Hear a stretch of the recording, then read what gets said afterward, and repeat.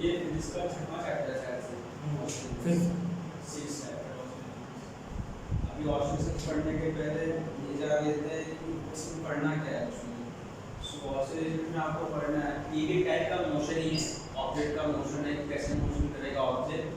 और जब मोशन के बारे में बात करेंगे तो जब मोशन के बारे में बात करेंगे तो उससे संबंधित जो भी टर्म्स हैं, जैसे इसकी स्पीड कितनी होगी, वेलोसिटी कितनी होगी, डिस्टेंस कितना कवर करेगा, डिस्प्लेसमेंट, वो सब बातें यहाँ पर भी करेंगे। ठीक है, सो इसको ऑसिलेशंस पढ़ने से पहले हम थोड़ा सा याद करते हैं कि मोशन क्या होता है। किसी भी ऑब्जेक्ट का मोशन क्या होता है। अगर आपसे कोई पूछे या कि आपने वर्ड पढ़ा मोशन, इसका मतलब क्या है? बेसिकली मोशन का मतलब होता है चेंज इन पोजीशन। ठीक है, क्या होता है? Change in the position of an object with respect to time। मतलब टाइम के साथ साथ अगर किसी के पोजीशन में कोई ऑब्जेक्ट है, उसके पोजीशन में अगर चेंज आ रहा है टाइम के साथ साथ, तो ये बोल सकते हैं कि वो मोशन परफॉर्म कर रहा है। ठीक है, जैसे अभी आप यहाँ बैठे हुए हो, लेक्चर अटेंड कर रहे हो, अभी जैसे टाइम खत्म होगा 7 बजे तो जाओगे बाहर ना, तो वैसे आपने क्या हुआ, टाइम के साथ साथ 4 से 7 आप एक जगह बैठे थे, लेकिन 7 बजे के बाद क्या हुआ, आप चले गए उठ के। तो वो क्या है कि टाइम जैसे जैसे बढ़ रहा है आपका पोजीशन टाइम के साथ चेंज हो रहा है। ठीक है, सो मोशन क्या होता है? Change in position of object with respect to time. अब जब हम बात करेंगे मोशन के बारे में या फिर किसी भी ऑब्जेक्ट की मोशन के बारे में, तो चेंज तो हो रहा है पोजीशन में, ठीक है, लेकिन कितना चेंज हो रहा है, मतलब कितना डिस्टेंस कवर कर रहा है ऑब्जेक्ट इस चेंज के दौरान। ठीक है, जैसे मान लीजिए अभी आप ए पॉइंट पे थे, फिर कहाँ गए? बी पॉइंट पे, तो आपका पोजीशन तो चेंज हुआ, ए टू बी पोजीशन चेंज हुआ, लेकिन कोई बोले कि पोजीशन चेंज हुआ टाइम के साथ साथ, कितना चेंज हुआ, आपने कितनी दूरी तय की। ठीक है, कितनी दूरी तय की, आपकी स्पीड कितनी थी उस दूरी को तय करने के बीच के अंदर, इसका फाइनल पॉइंट क्या है, इनिशियल पॉइंट क्या है, डिस्प्लेसमेंट क्या है। तो बहुत सारे टर्म्स थे जो हमने मोशन के अंदर पढ़ा था कि होता क्या है, मोशन के संबंधित जो भी टर्म्स हैं। ये क्लास 9 का पोर्शन है, तो 9 का हम सब कुछ पढ़ लिया कि स्पीड क्या होता है, वेलोसिटी क्या होती है, वो हम नहीं पढ़ने वाले। हम आज बात करेंगे कि एक्चुअल में ऑसिलेशंस क्या होते हैं। तो ऑसिलेशन जो है किसी भी ऑब्जेक्ट का, वो मोशन से रिलेटेड है। कैसे रिलेटेड है? ऑसिलेशंस का मतलब होता है, पहली बात तो ये पीरियोडिक मोशन है। कैसा मोशन है? Periodic motion. पीरियोडिक मतलब जो टाइम के साथ खुद को बदले ना, मतलब ऐसे अभी क्या है कि आप रोज सोने से उठते 10 बजे जाते हो, उठते हो 7-8 बजे, तो आप डेली रूटीन में गया ना कि हर सुबह उतने बजे उठना है। सो आप क्या है, आप उठने में पीरियोडिक है, मतलब आपका टाइम फिक्स है, इतने बजे उठोगे, मतलब जो चीज सक्सेसिव टाइम इंटरवल के बाद रिपीट करे। ठीक है, जैसे मेरा क्या पीरियोडिसिटी है कि मैं डेली क्लास 4 बजे आता हूं, मंडे टू सैटरडे। इसका मतलब क्या है कि मैं टाइम में इस क्लास में जो पोर्शन का टाइम वो पीरियोडिक है, हर दिन में 4 से 7 ही आऊंगा, हर 24 घंटे बाद क्लास में आता रहूंगा ना, तो 24 घंटा क्या है कि वो टाइम में क्या है, पीरियोडिक है। ठीक है, सो ऐसे ऑसिलेशंस क्या होता है, पीरियोडिक मोशन है। कैसा मोशन है? पीरियोडिक। मतलब कोई भी ऑब्जेक्ट अगर ऑसिलेशंस कर रहा है, परफॉर्म कर रहा है ऑसिलेशन, तो क्या होगा, पीरियोडिक मोशन दिखाएगा। मतलब वो टाइम के साथ साथ जहां पहले था वहीं आने की कोशिश करेगा, और टाइम के साथ साथ अपने इनिशियल स्टेट को पाने की कोशिश करेगा। ठीक है, जैसे मान लीजिए यहाँ पे एक ऑब्जेक्ट है, ठीक है, या फिर कोई ब्लॉक है, आपने सरफेस के ऊपर रखा है। अब मैंने इस ब्लॉक को इधर फोर्स लगाया, ठीक है, ये मैंने अप्लाइड फोर्स है, फोर्स इसको अप्लाई किया। तो अगर मैं किसी के ऊपर फोर्स लगाऊंगा, ये अनबैलेंस है ना, बैलेंस होगा नहीं, क्योंकि सिर्फ इधर ही फोर्स लग रहा है, तो फोर्स का कोई ना कोई क्वांटिटी इसके ऊपर लग रहा है। तो जब भी किसी ऑब्जेक्ट के ऊपर फोर्स लगेगा, तो पहले किस में था, रेस्ट में था ना, पहले रुका हुआ था, लेकिन जैसे आपने फोर्स लगाया क्या होगा, ये मोशन में आ जाएगा। कहाँ जाएगा? मोशन में। मतलब जैसे आपने फोर्स अप्लाई किया, इसने अपने स्टेट को चेंज किया। ठीक है, तो यहाँ से हम क्या बोल सकते हैं, आपने हर जगह देखा जाएगा, ऐसे बोल कर सकते हैं, अगर आपको किसी के स्टेट को चेंज करना है, ठीक है, किसी भी ऑब्जेक्ट के स्टेट को चेंज करना है, सो सो हमको वहां पे फोर्स अप्लाई करना होता है। क्या अप्लाई करना होता है? फोर्स। मतलब हम फोर्स लगा के किसी भी ऑब्जेक्ट के स्टेट को चेंज कर सकते हैं। जैसे आपके अगर आपका कोई चेन में टूटी हुई है, अगर उसको फोर्स लगाओ तो ये मोशन में आ सकती है ना, समझ रहे हैं आपको? मतलब फोर्स लगा के हम इसके पोजीशन को भी चेंज कर सकते हैं और स्टेट को भी चेंज कर सकते हैं। सो बेसिकली जब भी चेंज होगा किसी भी ऑब्जेक्ट के स्टेट में, सो किस वजह से होगा? फोर्स की वजह से होगा, क्योंकि बिना फोर्स के किसी भी ऑब्जेक्ट के स्टेट में चेंजेस पॉसिबल नहीं है। ठीक है, सो किसी भी ऑब्जेक्ट के स्टेट को चेंज करने के लिए फोर्स आपको अप्लाई करना होता है। अब ये इंफॉर्मेशन क्यों इंपॉर्टेंट है इस चैप्टर के लिए, वो अभी आपको मालूम पड़ा कुछ टाइम के बाद कि क्यों मैंने ऐसा बताया कि किसी भी ऑब्जेक्ट के स्टेट को चेंज करने के लिए फोर्स की आवश्यकता पड़ती है। क्या आप सब जानते हैं क्लास 9 का जो ये चैप्टर था लॉज ऑफ मोशन, न्यूटन का फर्स्ट लॉ याद है? क्या देखा है? न्यूटन का क्या है?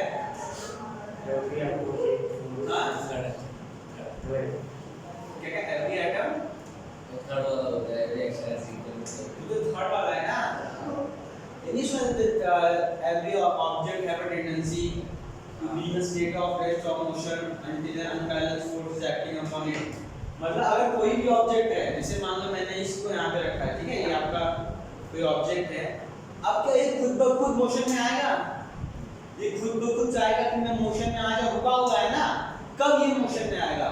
जब हम उसको बाहर से फोर्स अप्लाई करें। मतलब क्या होता है, हर एक ऑब्जेक्ट के पास ये टेंडेंसी है, टेंडेंसी मतलब आदत है कि वो अपने स्टेट को रेजिस्ट करता है। ठीक है, मतलब हेल्प करता है कि वो चेंज ना हो, अगर रुका हुआ है तो रुका हुआ रहेगा, या फिर अगर मोशन में है तो मोशन में रहेगा, कभी चाहता नहीं चेंज वहां पर आए। ठीक है, तो वहां किसी भी ऑब्जेक्ट को स्टेट में चेंज लाने के लिए फोर्स आपको अप्लाई करना पड़ेगा। ये न्यूटन का फर्स्ट लॉ था, वो सही लॉ था, या प्रैक्टिकल लाइफ में इसको फील भी कर सकते हैं। लेकिन हमारे चैप्टर के सेक्शन में वो देखते हैं ऑसिलेशंस क्या होता है, पीरियोडिक मोशन। पीरियोडिक का मतलब है कि जो सक्सेसिव टाइम में अपने आप को रिपीट करेगा। ठीक है, जैसे मान लीजिए यहाँ पे एक आपका ब्लॉक रखा हुआ है, ठीक है, यहाँ पे मैंने एक स्प्रिंग कनेक्ट किया है और ये स्प्रिंग एक मास को अटैच है। ठीक है, सरफेस के ऊपर मैंने इसको रख दिया पूरा सेटअप, मतलब दीवार की बीच में दीवार है, दीवार में मैंने एक होल किया, यहाँ से मैंने एक स्प्रिंग अटैच की और एक मास को लगा दिया।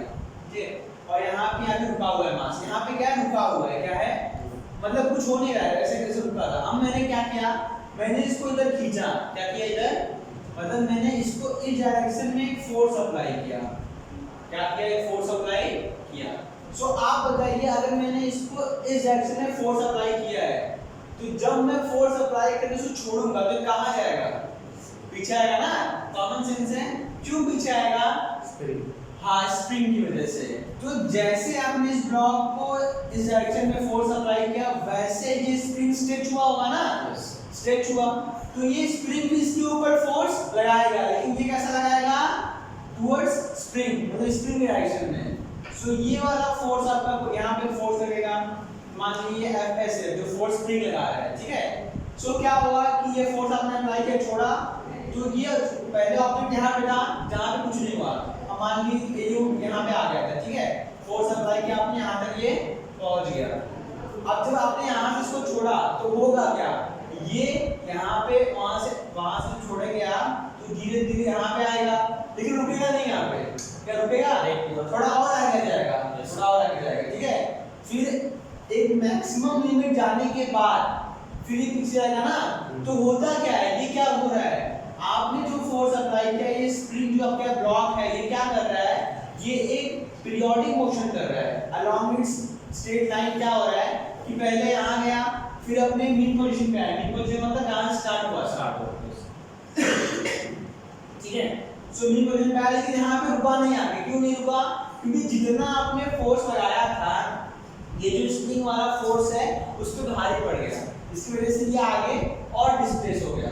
ठीक है, और जैसे जैसे डिस्प्लेस होगा, फिर एट अ पॉइंट क्या होगा कि जो अभी ये अगर यहाँ पे स्प्रिंग को कंप्रेस करेगा, तो फिर स्प्रिंग कंप्रेस हुई ना, तो फिर स्प्रिंग क्या करेगी, फिर इसको उस तरफ खींचेगी, सो ये इसी स्ट्रेट लाइन के अलोंग कभी आगे जाएगा, कभी पीछे आएगा, कभी आगे कभी पीछे, लेकिन कुछ टाइम के बाद आप देखेंगे कि आगे आप कभी बीच में रुक जाएगा, बीच में रुकेगा, मतलब जहां से स्टार्ट किया था। तो आप क्या कह रहे हैं कि ऑब्जेक्ट था वो अलोंग द स्ट्रेट लाइन या फिर अलोंग द लाइन कभी पीरियोडिक टू की तरफ मोशन कर रहा है या फ्लो, या फिर आप बोल सकते हैं कभी आगे जा रहा है कभी पीछे अपनी मीन पोजीशन के साथ। सो ये आगे पीछे वाला मोशन क्या है? ऑसिलेशंस। क्या है? ऑसिलेशन। मतलब ऑसिलेशन का बेसिक डेफिनेशन बोल सकते हैं कि the motion of an object along the straight line, वो मोशन कैसा होगा? टू एंड फ्रो, मतलब आगे और पीछे अलोंग इट्स मीन पोजीशन, ठीक है? या फिर आप टू एंड फ्रो को बोल सकते हो बैक एंड फ्रोथ, ठीक है? So the motion of an object along a straight line is known as oscillation when the motion is performed by to and fro type, ठीक है?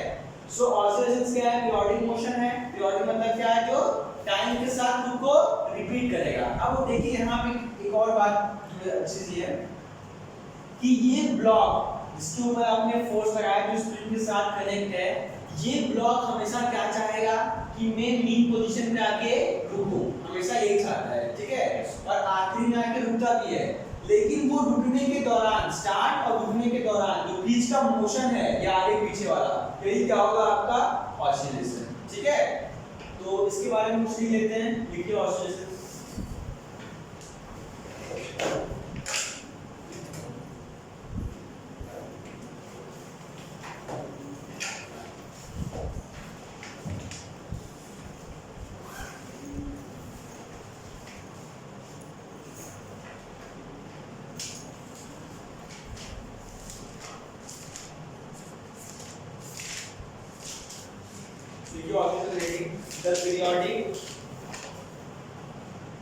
The periodic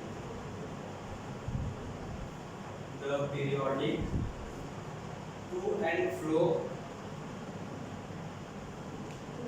the periodic to and fro ऐसे लिखना, और back and forth,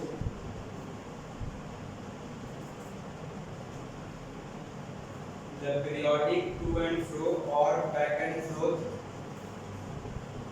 motion of a body along the same path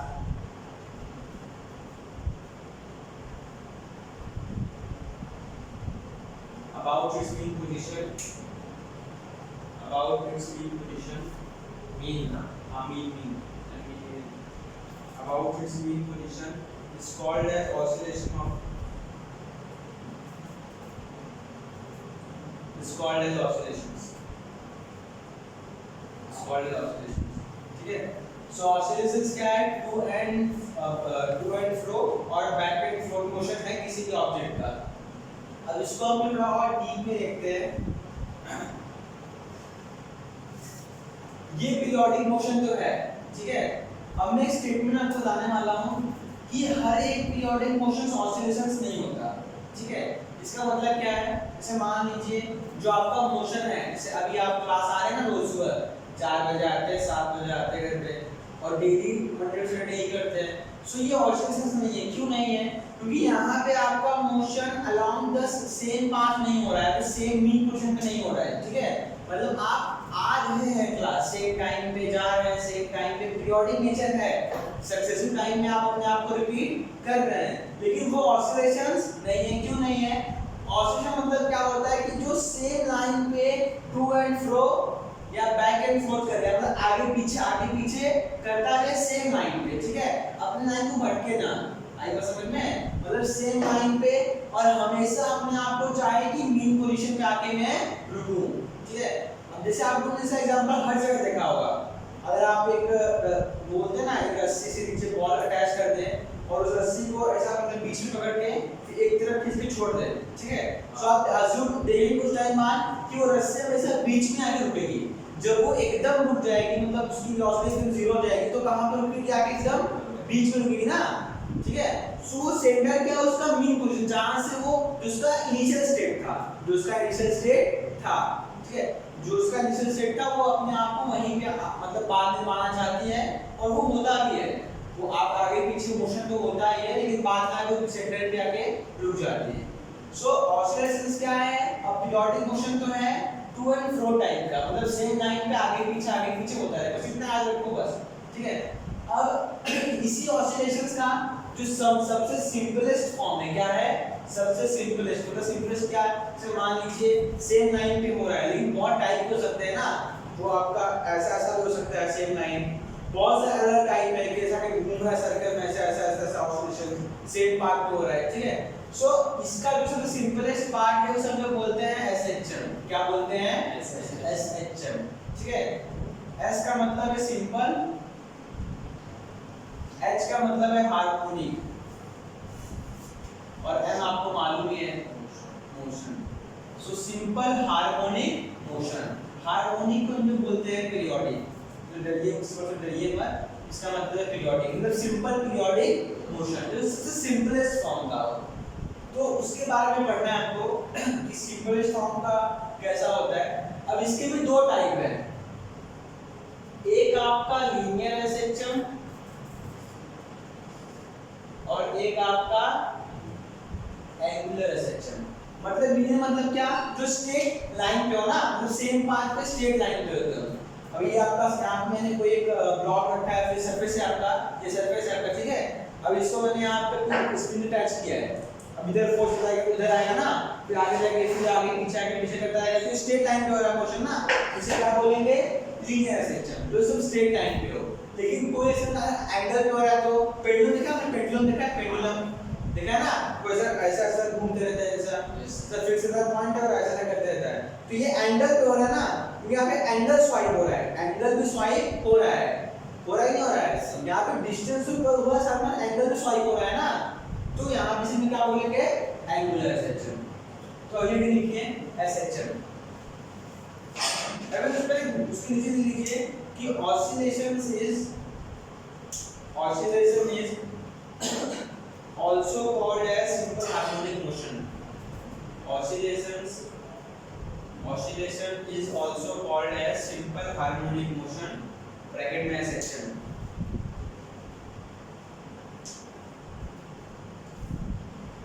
bracket में SHM. SHM are of two types. SHM are of two types.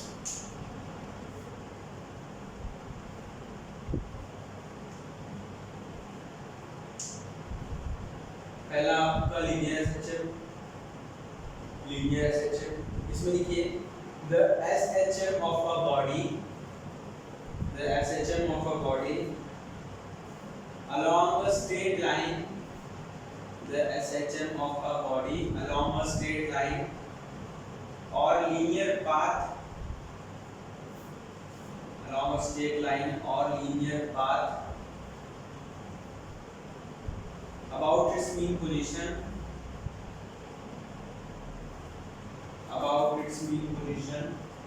is called as linear SHM.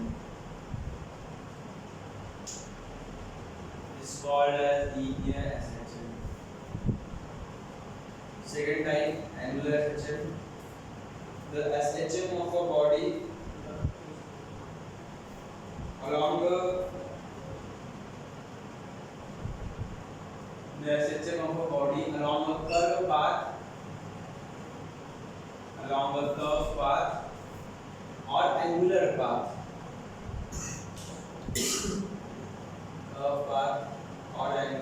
path, about its mean position is called as angular section.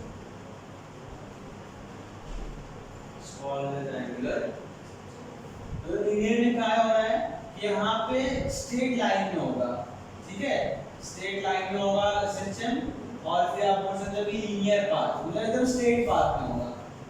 और angular में क्या होगा? किसी curve पे होगा, कहाँ पे होगा?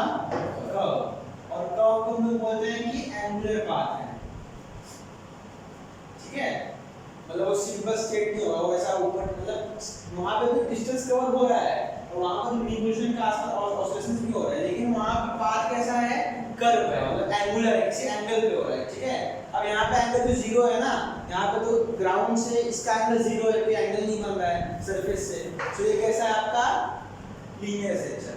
तो हमारे चैप्टर में दोनों ही है थोड़े थोड़े, अब मुझे नहीं पता कैपिटल का क्या पैटर्न फिर से रिपीट हुआ है, वो देखते हैं बाद में, लेकिन ये तो पूरा पढ़ना है जितनी बार, ये सिंपल पूरा पढ़ना है, ठीक है।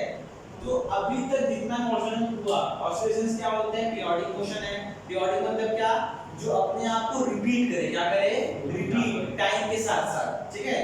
वो आपने देखा ब्लॉक वाला ना, फोर्स वर्क हमने छोड़ दिया, लेकिन वो रिपीट कर रहा है, क्या कर रहा है, टाइम तो बढ़ रहा है, लेकिन वो आगे पीछे, तो ये रिपीटिशन दिख रहा है आपको, कभी आगे फिर पीछे, फिर से आगे फिर पीछे, तो ये रिपीट कर रहा है अपने आप को ना। सो यही रिपीटिशन क्या है, along a straight line, SHM, ठीक है, अ सिंपल हार्मोनिक मोशन। अगला ये लिखिए, इंपॉर्टेंट टर्म्स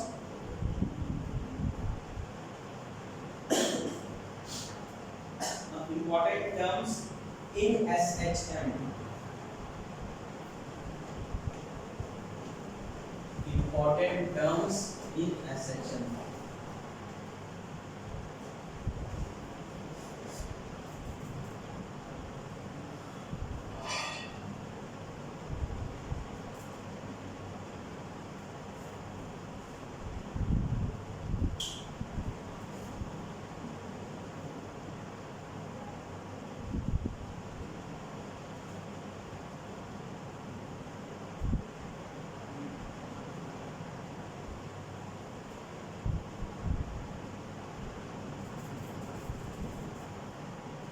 ये यहाँ पे एग्जाम्पल दिया गया है, ये आपका कोई स्टेट बॉल बोल सकते हैं, कोई सरफेस है जो स्टेट है, और यहाँ से हमने एक स्ट्रिंग को अटैच करके एक मास में अटैच कर दिया है, ठीक है।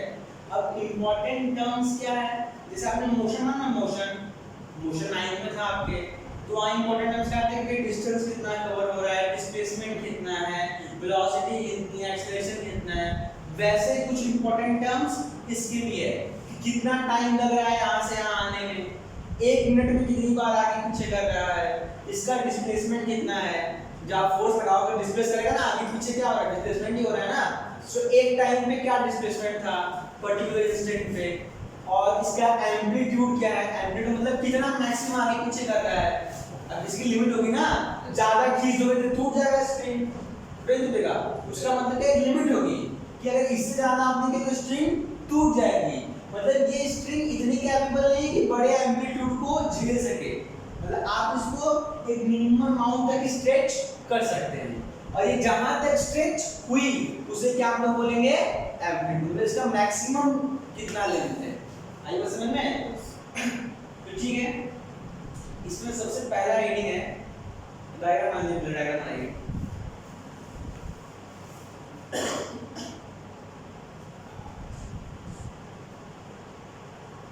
मान लीजिए ये आपका मास है और ये अभी अपने इक्विलिब्रियम पोजीशन में है,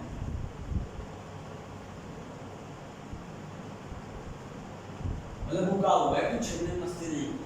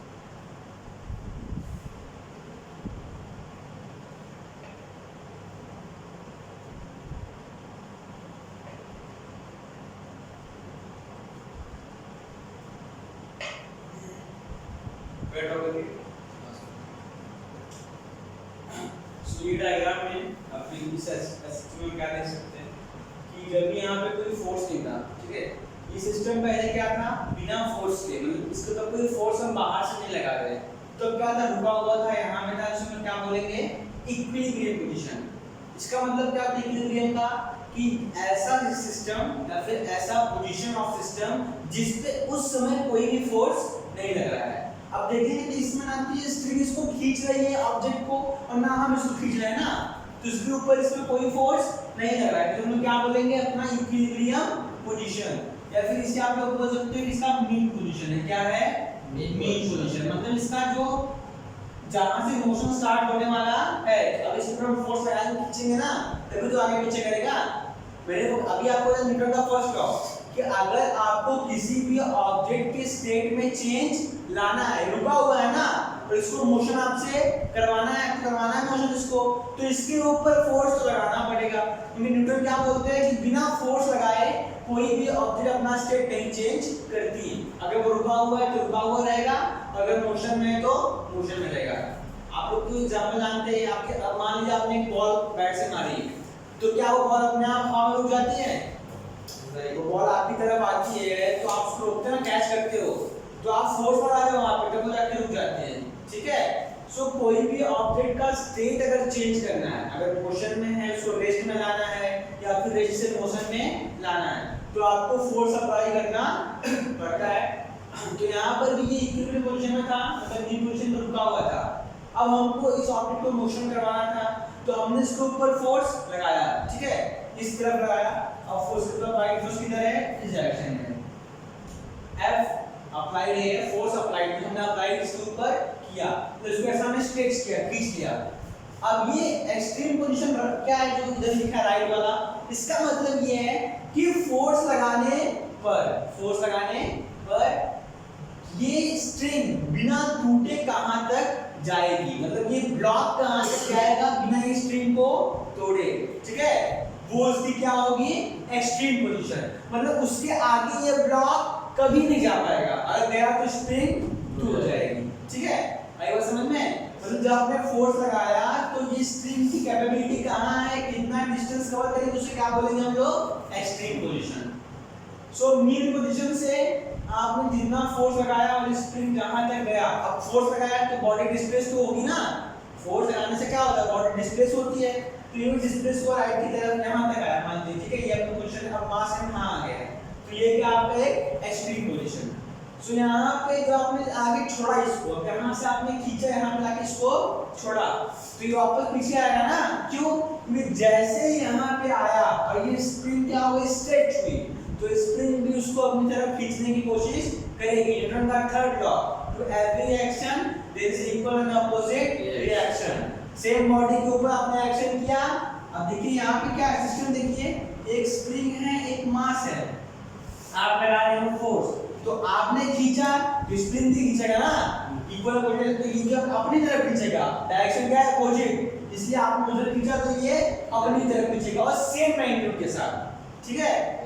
तो यहाँ पे अपनी तरफ खींचा, अब ये आएगा फिर से यहाँ पे मीन पोजीशन पे, लेकिन क्या यहाँ पे आके रुकेगा, नहीं। क्यों नहीं रुकता, ये इंपॉर्टेंट क्वेश्चन है, रुकता क्यों नहीं रुकता, क्योंकि जितना आपने इसके ऊपर फोर्स लगाया है वो ये स्प्रिंग की फोर्स से ज्यादा था। क्या था, ज्यादा।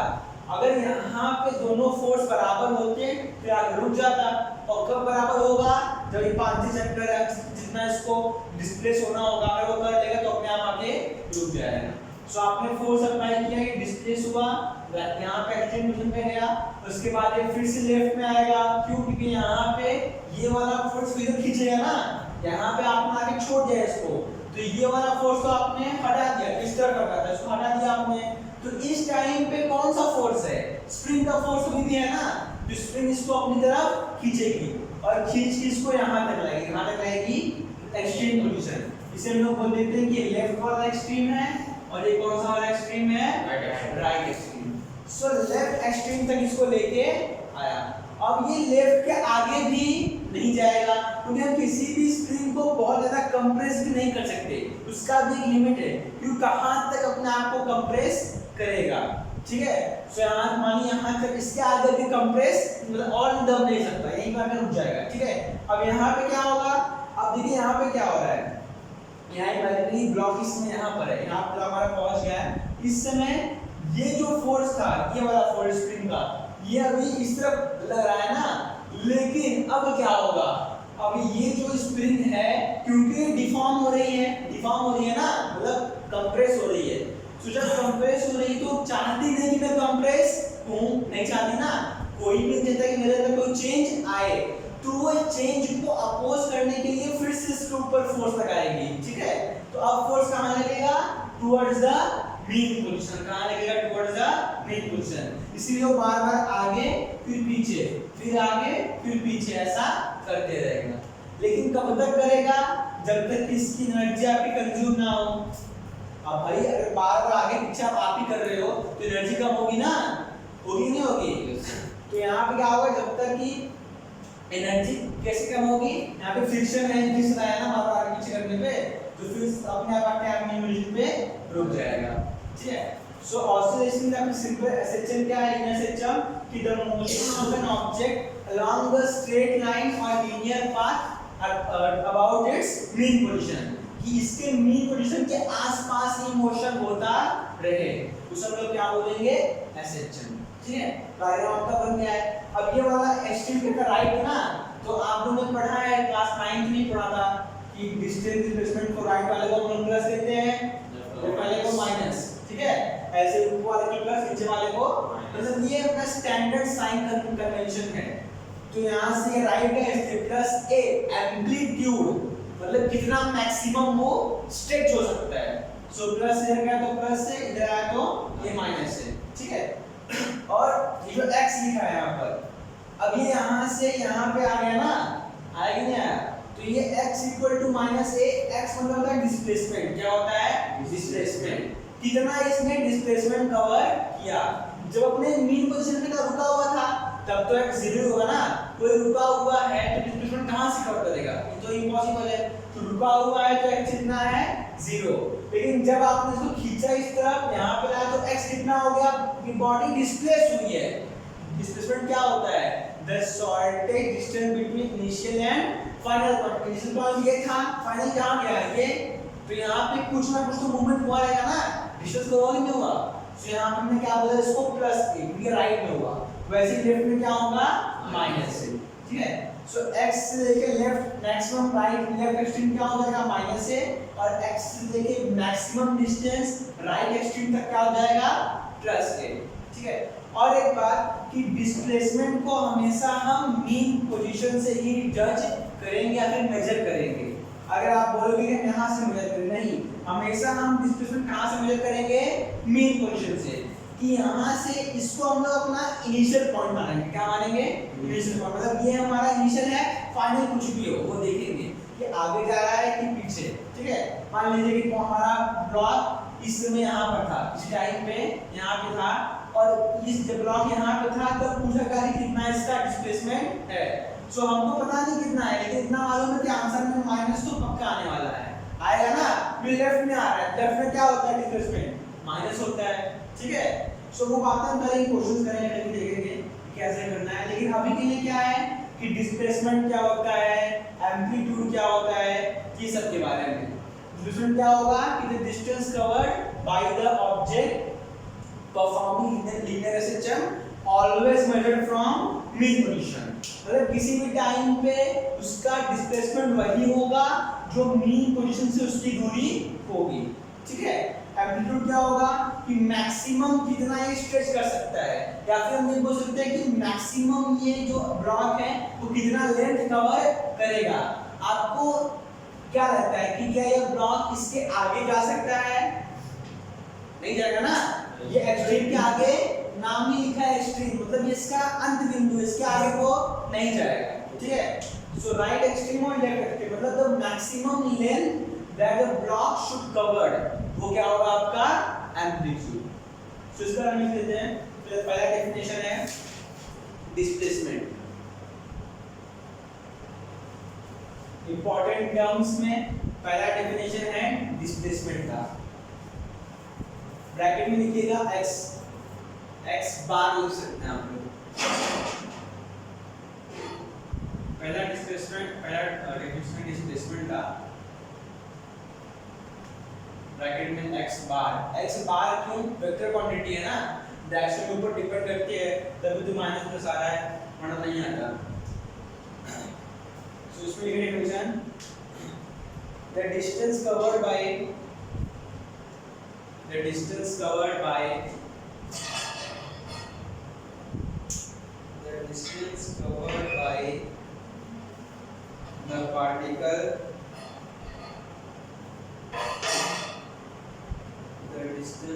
by the particle performing linear SHM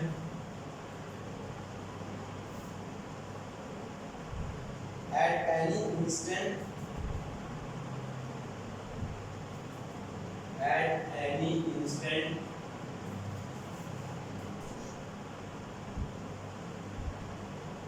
from its mean position is called as displacement.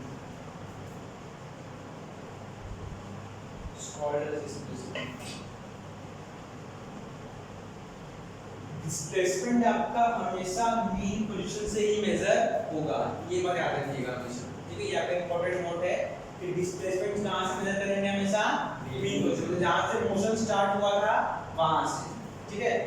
Second point, second definition, amplitude bracket में ए, कैपिटल ए। अब मेरा क्वेश्चन ये है, क्या एम्पलीट्यूड वेक्टर क्वांटिटी है?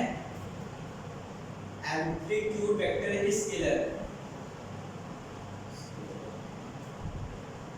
एम्पलीट्यूड मतलब जो उसका मैक्सिमम लेंथ है, वो स्केलर क्वांटिटी है वेक्टर स्केलर। कैसे स्केलर के वेक्टर? स्केलर क्या होता है? तो हम क्या बताएंगे? स्केलर का मतलब होता है कि ऐसी क्वांटिटी जो सिर्फ मैग्नीट्यूड के ऊपर डिपेंड करे, और वेक्टर में क्या होता है कि ऐसी क्वांटिटी जो मैग्नीट्यूड और डायरेक्शन दोनों के ऊपर डिपेंड है।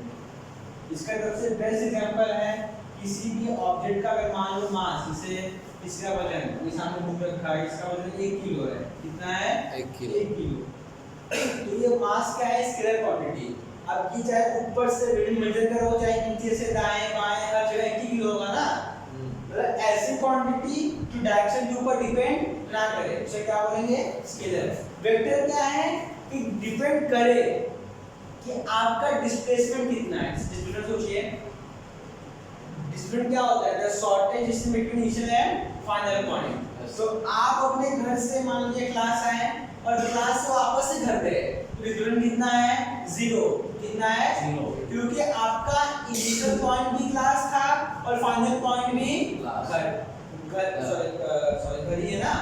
इनिशियल पॉइंट घर ही था, फाइनल पॉइंट भी घर ही है। तो दोनों पॉइंट जब घर ही है तो कोई डिस्टेंस कॉल हुआ ही दोनों पॉइंट के बीच में नहीं हुआ ना, तो कितना डिस्प्लेसमेंट? 0। सो डिपेंड करता है। अगर मान लीजिए वही मैं बोलूं कि आप क्लास से घर से क्लास आए तो कुछ ना कुछ डिस्प्लेसमेंट होगा। तो डायरेक्शन के ऊपर डिपेंड होता है कि कहां जा रहे हो या फिर किधर, कितना आपका जो क्वांटिटी है उसका डायरेक्शन किस तरफ है। तो ऐसे यहां पे अगर मैं पूछूं एम्पलीट्यूड, तो एम्पलीट्यूड क्या बताता है वो कि मैक्सिमम कितना स्ट्रेच होगा।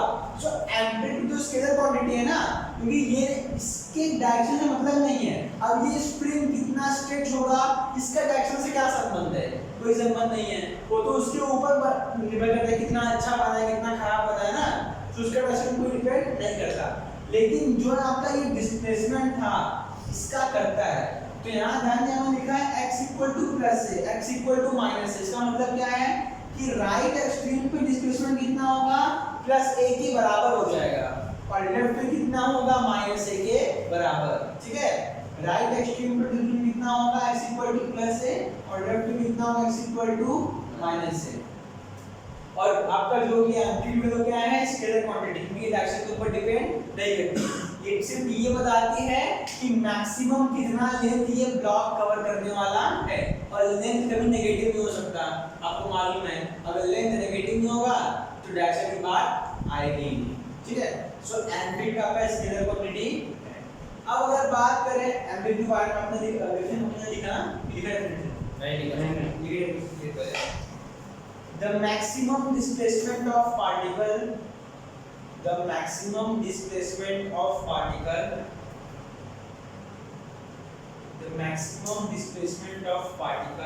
performing linear SHM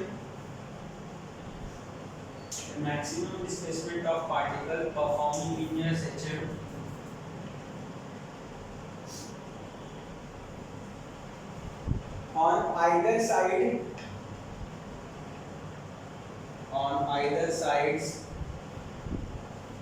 of its mean position is called as amplitude.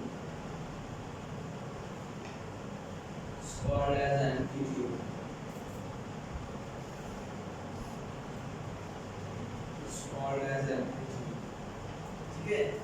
Amplitude क्या है कि मैक्सिमम कितना ये जो ऑब्जेक्ट है वो डिस्प्लेस हो सकता है।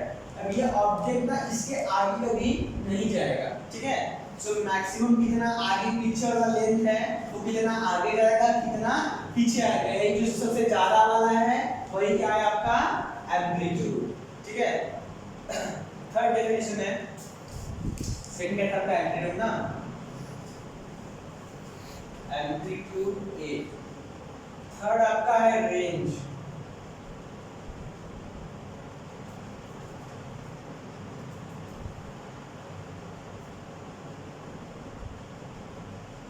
रेंज को आप पाथ लेंथ भी बोल सकते हैं,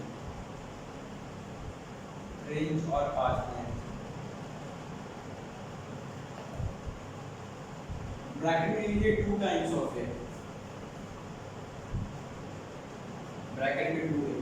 अब इसका मतलब क्या है, टू ए मतलब कि एम्पलीट्यूड का दुगना। तो रेंज क्या होगा, distance from both the extreme position, क्योंकि ये भी ए है ना, ये भी ए है और ये भी ए है। जितना आगे जाएगा मैक्सिमम उतना ही पीछे भी आएगा मैक्सिमम, उससे ज्यादा तो नहीं हो सकता। जो जितना लेंथ आगे कवर करेगा मैक्सिमम वाला उतना ही पीछे कवर करेगा, ठीक है। मतलब अगर आगे भी ए है तो पीछे भी ए, तो ए प्लस ए क्या हो गया 2 है। तो distance between both the extreme position, right और लेफ्ट के बीच का जो डिस्टेंस है क्या है, डिस्टेंस, वही क्या होगा आपका रेंज। क्या होगा, रेंज। तो लिखिए इसके बारे में, the distance between two extreme positions, the distance between two extreme positions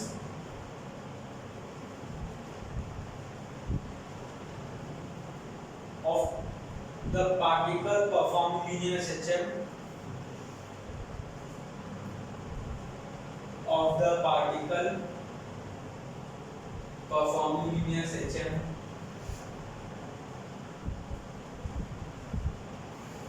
of the particle performing linear SHM is called as range or path length, is called as range or path length.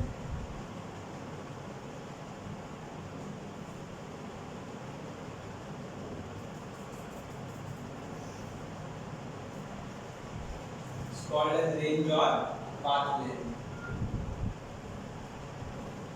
What are we just आगे drop or line छोड़ दीजिए, align कीजिए। The range or path length of particle, the range or path length of particle, the range or path length of particle is equal to twice of amplitude, is equal to twice of amplitude। मतलब amplitude क्या होगा, दुगना होगा ना, वही लिखा है 2 times of ए। जितना एम्पलीट्यूड है उसको मल्टीप्लाई कर दो, आपको क्या मिल जाएगा, रेंज मिल जाएगा। फोर्थ आपका है time period.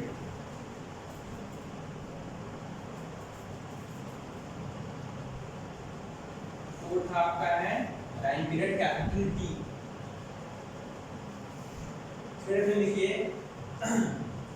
the time taken by the particle, the time taken by the particle time taken by the particle to complete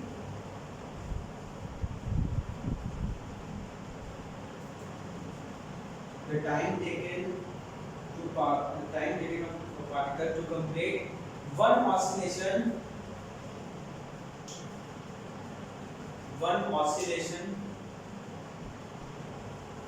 is called as time period of ascension.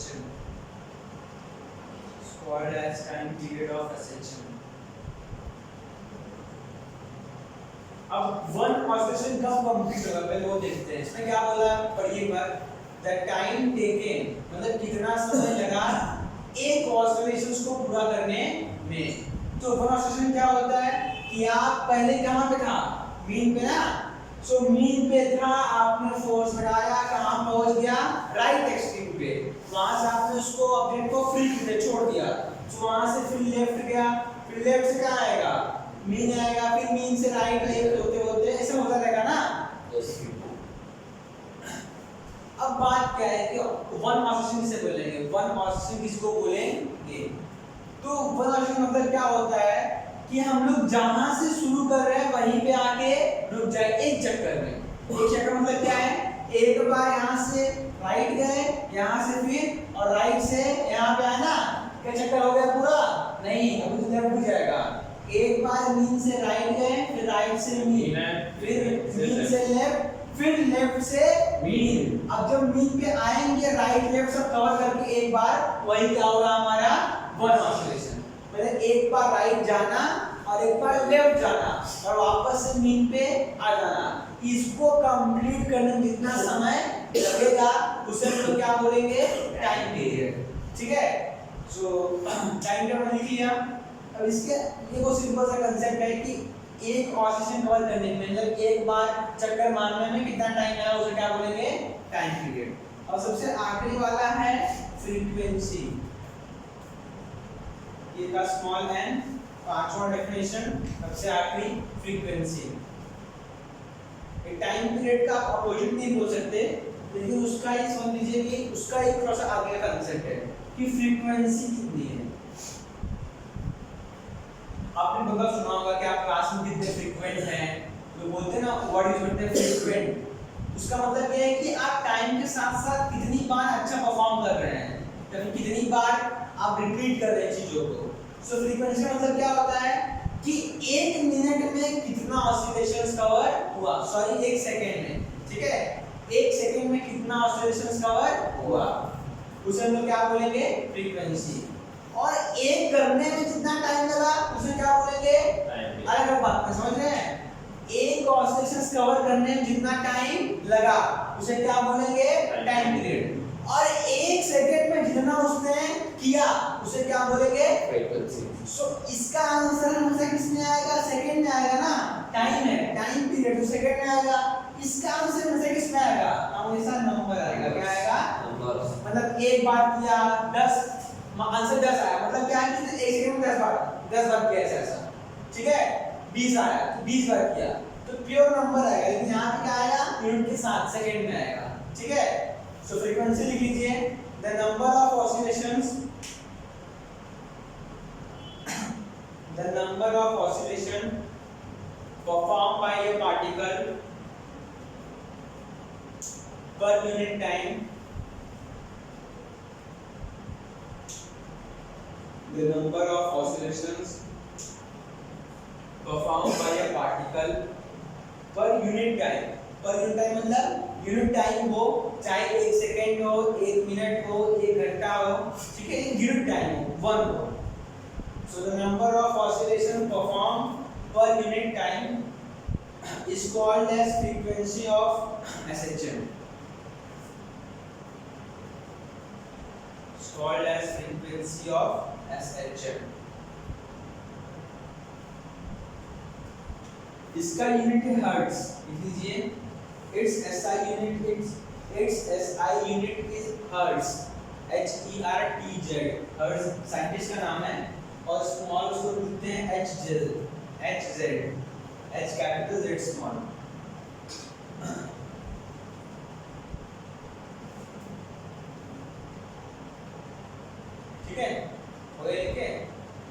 इन दोनों definition को देख के हम एक बात बोल सकते हैं, ये इसका मतलब क्या है, कितनी बार परफॉर्म कर रहा है ना। सो हम लोग टाइम पीरियड टी को बोल सकते हैं, टी क्या बोलता है कि एक चक्कर मारने में कितना समय लगा।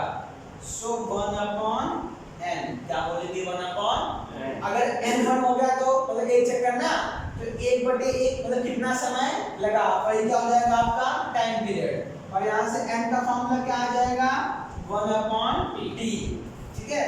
तो सो t इक्वल टू 1/n और n equal to 1/t। n equal to 1/t मतलब कि पर यूनिट टाइम में कितनी बार चक्कर मार रहा है, उसे हम क्या बोलेंगे फ्रीक्वेंसी। तो फॉर्मूला लिख दीजिए, t इक्वल टू 1/n और n इक्वल टू 1/t। इसका आंसर किसमें आएगा, सेकंड में आएगा ना, टाइम पीरियड है, और इसका किसमें आएगा हर्ट्ज में, कितनी बार परफॉर्म कर रहा है। सो ये कुछ इंपॉर्टेंट टर्म्स थे जो आपको चैप्टर में आगे लगने वाले हैं। अब आखिरी इसके बारे में बात करेंगे, हम ऐसा बोलेंगे डिस्प्लेसमेंट। सो आपके दिमाग में आना चाहिए, आप ये सोचेंगे कि जब डिस्प्लेसमेंट बोल रहे हैं इसका मतलब क्या है कि मीन पोजीशन से कितना उसका डिस्प्लेसमेंट है, वो उसके बारे में बात कर रहे हैं। बात करेंगे एम्पलीट्यूड सब के बारे में, हम आगे चैप्टर में बहुत सारी बातें करेंगे, लेकिन होता क्या है वो समझ गए ना, कि डिस्प्लेसमेंट क्या होता है, एम्पलीट्यूड क्या है, रेंज क्या है, सारी बातें क्लियर हैं, कोई दिक्कत नहीं इसमें, लिखे हो गए सब, आगे बढ़ते हैं। अब एक और बात, ये जो आपका था डिस्प्लेसमेंट या फिर टाइम पीरियड एम्पलीट्यूड, ये आपके हर एक सिस्टम के लिए है, मतलब लीनियर के लिए भी और एंगुलर के लिए भी। तो दोनों बातें, दोनों चीजों में बातें क्या होती हैं जायज, मतलब वहां पर ये एम्पलीट्यूड क्या होता है, कितना मैक्सिमम कोई आगे पीछे कर सकता है, ठीक है। सो ये सबके लिए कॉमन था, लेकिन अब हम कुछ ऐसा पढ़ेंगे जो सिर्फ लीनियर के लिए होगा, किसके लिए होगा, लीनियर सिस्टम के लिए, मतलब स्ट्रेट लाइन में आगे पीछे हो रहा है, उसको पढ़ना है, ठीक है। इस चैप्टर में मैक्सिमम ज्यादा वही है। सो अगला हेडिंग लिखिए लीनियर सेक्शन।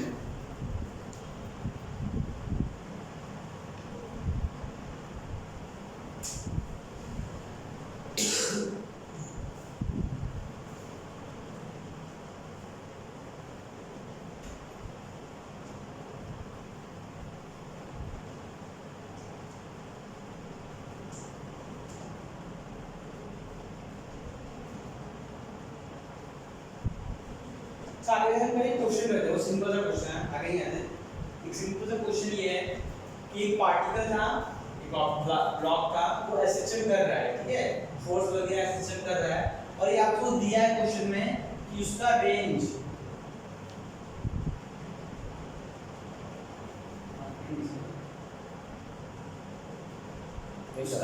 जो था, जो परफॉर्म कर रहा है पार्टिकल, उसका रेंज आपको दिया है 10 सेंटीमीटर, ठीक है, 10 सेंटीमीटर उसका रेंज है। और आपसे ये पूछे हैं कि जब वो, मान लीजिए ये आपका इधर मास m था, ठीक है, तो ये इधर जाएगा, यहाँ पे इधर जाएगा ना, मैक्सिमम यहाँ पे जाएगा और मैक्सिमम इधर आएगा। तो यहाँ पे क्या होगा, माइनस है डिस्प्लेसमेंट, और यहाँ का डिस्प्लेसमेंट क्या हो जाएगा, प्लस है, ठीक है। तो क्वेश्चन क्या है कि जब ये ब्लॉक एम्पलीट्यूड के आधी दूरी पे था, मतलब a/2 दूरी पर था मीन पोजीशन से, तब उसका डिस्प्लेसमेंट कितना था, ये आपको क्वेश्चन पूछा है। मतलब रेंज दिया है 10 सेंटीमीटर, और आपसे पूछा है कि व्हेन द पार्टिकल, मतलब particle in block, when the particle is at a/2 towards right extreme,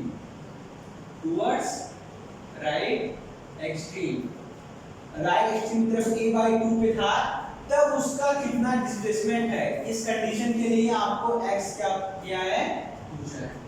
सो कैसे करेंगे, क्वेश्चन क्या है, एक ब्लॉक था, ठीक है, अब ये ब्लॉक है ऐसे चल कर रहा है, मतलब दो मैक्सिमम कहां तक जाएगा, आगे राइट की तरफ, या कहां तक लेफ्ट आएगा, उस अंदर क्या बोलेंगे, राइट एक्सट्रीम, और ये लेफ्ट, इसके अंदर ही हमेशा आगे पीछे करता जाएगा। पूछा क्या है कि जब वो अपने मीन पोजीशन से राइट की तरफ a/2 दूरी पे था, तब उसका डिस्प्लेसमेंट कितना था। पहले बताइए रेंज का मतलब क्या है? Distance between extreme position distance between two extreme position ना, मतलब टू एक्सट्रीम कौन सा है? एक ये वाला और एक ये वाला, और राइट। तो जितनी दूरी यहाँ से यहाँ की उतनी यहाँ से यहाँ पे होगी ना, दोनों इक्वल होंगे, क्योंकि जितना आगे मैक्सिमम जाएगा उतना पीछे भी मैक्सिमम आएगा।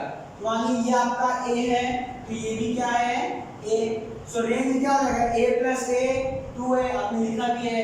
सो रेंज आपको मालूम है, रेंज क्या होता है 2 टाइम्स ऑफ a, लेकिन रेंज दिया है 10 सेंटीमीटर और 10 इक्वल टू 2 है, सो a कितना आएगा 5 आएगा ना, सो एम्बेडेड कितना आया 5 सेंटीमीटर, मतलब यहाँ से लेके ये मीन है, यहाँ से लेके ये कितना दूरी है 5, और ये भी कितना है 5, ठीक है। अब पूछा क्या है कि जब ये एम्पलीट्यूड के आधी दूरी पर था तब डिस्प्लेसमेंट कितना है, तो हम लोग कहाँ से मेजर करेंगे? मीन से ना। सो मीन आपका यहाँ पर है, यहाँ आपका इनिशियल पॉइंट फाइनल कहाँ जा रहा है, यहाँ तक जा रहा है ना, सो इसके बीच की दूरी पूछा है डिस्प्लेसमेंट। सो इनिशियल 0 है, यहाँ पे x कितना था 0, और यहाँ पे x कितना है a/2 है ना, सो फाइनल माइनस इनिशियल, मतलब a/2 माइनस 0, तो a/2 ही आएगा।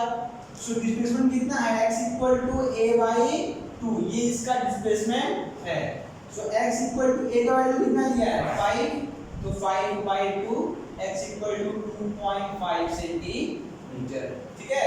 मतलब जब वो a/2 पॉइंट पे पहुंचेगा जैसे ही, तो कितना डिस्टेंस कवर कर चुका होगा 2.5 सेंटीमीटर कवर कर चुका होगा। आई बात समझ में? सो ऐसे क्वेश्चन सिंपल वाले आ सकते हैं, सो लिख लीजिएगा नोटबुक में। सिंपल क्वेश्चन का दिमाग में बात है इसमें, उसका आंसर वैसे दिख जाता है। जब a/2 बोला ही है पहले से, सो a का वैल्यू पुट करो, a/2 आ गया आंसर।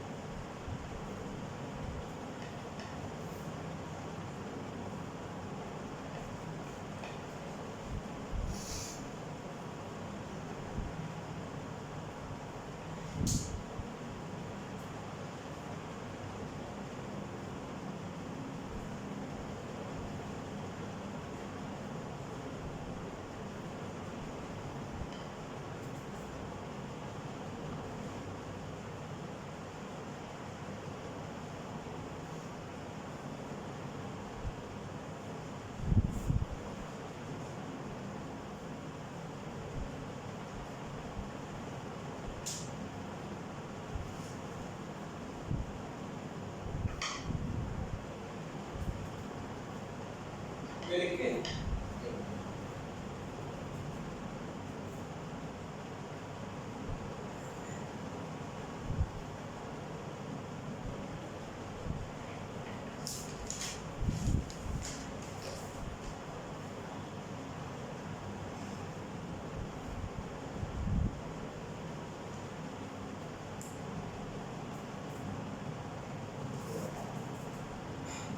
अब यहाँ से आप एक और बात प्रूव कर सकते हो या फिर ये बोल सकते हो कि कैसे डिस्प्लेसमेंट डिपेंड करता है मीन पोजीशन से हमेशा हम उसको मेजर करते हैं। आप मान लो क्वेश्चन में ये नहीं दिया है कि राइट यहाँ से मीन से जा रहा है राइट की तरफ, ठीक है।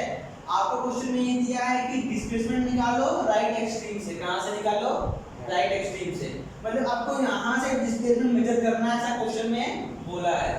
सो क्वेश्चन क्या बोलेगा, रेंज कितना दिया है, बोलेगा when the particle is at a/2 from its right extreme,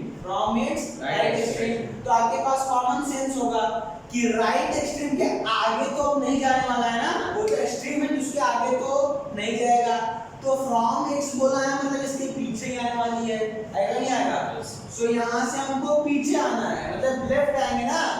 सो यहाँ से तब हम यहाँ के बारे में बात करेंगे, हमें यहाँ से करना है, तो हम इसको क्या मानेंगे मीन पोजीशन, क्या मानेंगे, क्योंकि क्वेश्चन में हम यहाँ के बारे में बात कर रहे हैं, तो ये हमारा क्या है मीन, मतलब मोशन यहाँ से स्टार्ट हो रहा है, तो यहाँ पे x क्या होगा 0 होगा, फिर यहाँ पे 0 और लेफ्ट में माइनस लेंगे ना, तो यहाँ पे क्या हो जाएगा -a/2। क्या होगा? माइनस जब आंसर क्या आएगा -2.5। आएगा समझ में? सो क्वेश्चन में वो अलग अलग टाइप पूछेंगे कि कभी राइट एक्सट्रीम, कभी लेफ्ट एक्सट्रीम, कभी मीन। तो आपको बस इतना बात नाम याद रखना है कि मीन से तो हम मेजर करते हैं स्टैंडर्ड कंडीशन में, लेकिन जैसे क्वेश्चन अपने आप को चेंज करेगा वैसे हमारा इंफॉर्मेशन में हम चेंज करेंगे। लेकिन एक बात याद रखेंगे कि वो जहां से बोलेंगे मेजर करने को, ठीक है, उसको हम लोग क्या जूम करेंगे? Mean position. क्या जूम करेंगे? मीन। और जैसे ही आपने मीन बोला वैसे दिमाग में आना चाहिए कि मीन है मतलब x क्या है? 0। x क्या है? क्योंकि उस समय वो क्या था? स्टेट रेस्ट में था, तभी वो मीन हुआ। ठीक है, कोई दिक्कत नहीं है ना? तो ये बात दिमाग में याद रखिएगा। अभी आगे लिखिए सक्षम। क्वेश्चन सिंपल था, इसमें क्या टाइम मतलब तो ऐसा बता दे कि ऐसा क्वेश्चन आ सकता है, बट आता नहीं है। इतना सिंपल क्वेश्चन नहीं है इस चैप्टर से। इस चैप्टर क्वेश्चन काफी बेहतर बेहतर पढ़ रहे हैं।